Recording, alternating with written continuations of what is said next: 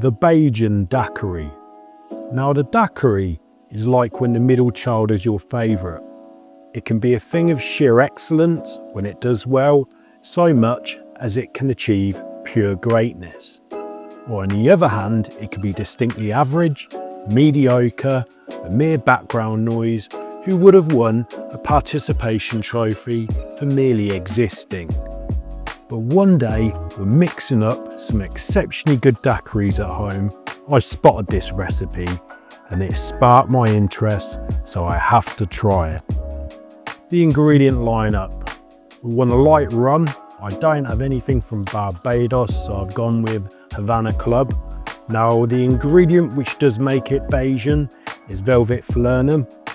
And then we want fresh lime, sugar, which we're going to make into a powdered form using the pestle and mortar. And then we're also going to want some chilled water. Let's kick this off by adding 2 ounces of 60 ml rum to our shaker. Then we want to add half an ounce, that's 15 ml of velvet Falernum. Add half an ounce, that's 15 ml of fresh lime juice. We want between half an ounce and 1/4 ounce, so around 10 ml of water. 1 Barspoon of the powdered sugar.